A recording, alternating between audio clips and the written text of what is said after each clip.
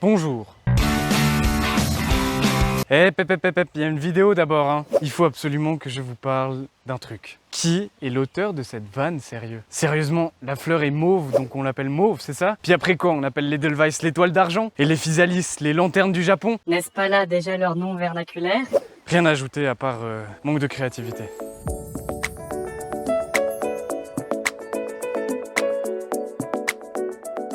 Salut la compagnie.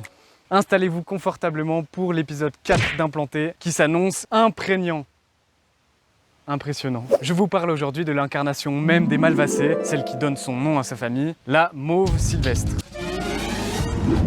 C'est d'ailleurs pourquoi je vais interrompre votre programme pour vous parler un petit peu de la famille de cette plante. Apparue il y a 220 millions d'années, les premiers dinosaures de la famille des Magnoliophytes... Non, alors Magnoliophytes et dinosaures ça n'a rien à voir.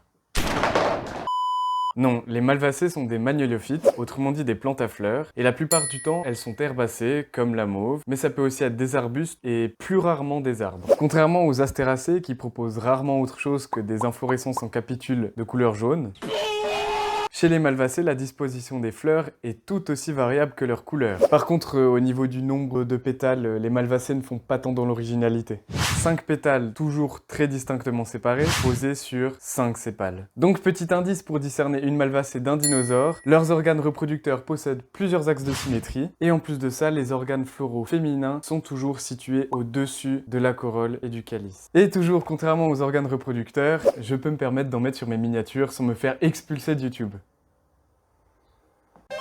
Et puis après, si vous devez analyser une Malvacée qui n'a plus de fleurs, vous verrez c'est très facile, ses fruits sont secs et déhiscents. Quoi?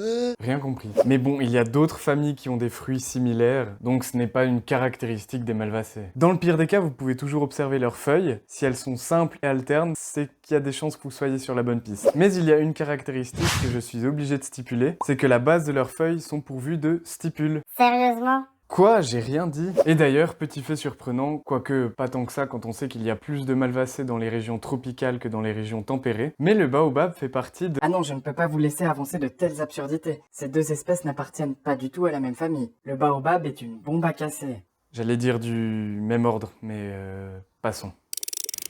Bonjour, c'est Thierry l'ermite. La mauve... De nos jours, tout le monde en parle, mais qu'est-ce que c'est exactement? La mauve, ça ressemble à ça.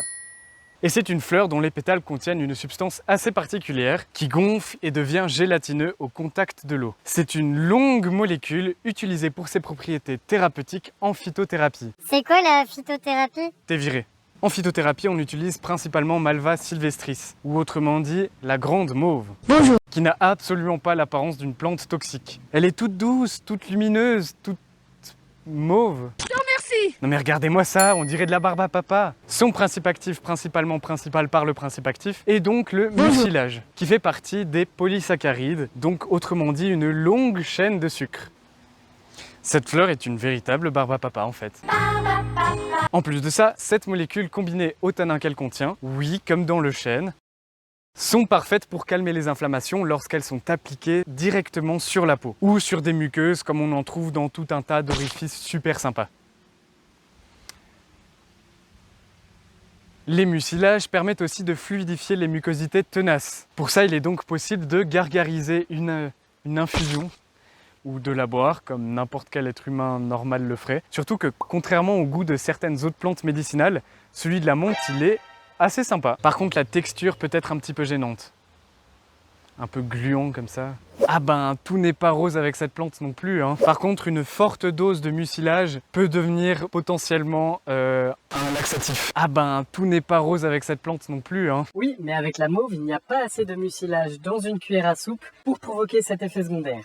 Pour la reconnaître, il vous suffit de regarder cette photo et constater à quel point il est facile de reconnaître cette fleur mauve avec des vénules qui ne ressemblent en aucun point au pissenlit. Ça va être ça ma conclusion. D'ailleurs, le prochain épisode porte sûrement là-dessus si ça vous tente. Et ensuite, il y aura des trucs un petit peu plus rigolos et sympathiques.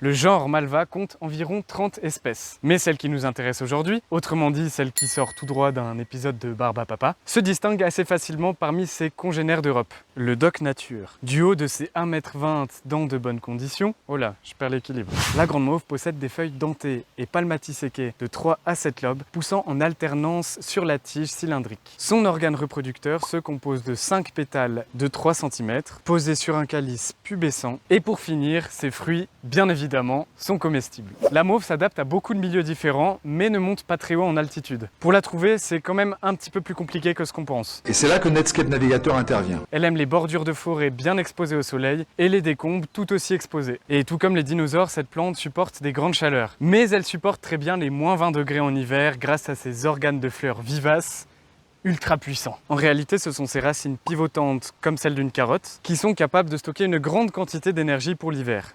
Et comme le guépard, la mauve fait des réserves pour l'hiver. Rassure-moi, tu sais à quoi ressemble un guépard au moins? Oui, ça a une petite queue en panache et ça grimpe aux arbres pour récupérer des noisettes. En fait, je préfère quand tu parles de botanique avec des mots trop compliqués. Merci à tous d'avoir suivi cette vidéo jusqu'au bout, j'espère qu'elle vous aura plu. Je vous propose maintenant de vous abonner en cliquant avec votre souris ou avec votre doigt et de répondre à cette simple question. La vidéo vous a-t-elle plu? Ce n'est pas suffisant. Mais si vous n'avez rien à ajouter, Alors, au revoir.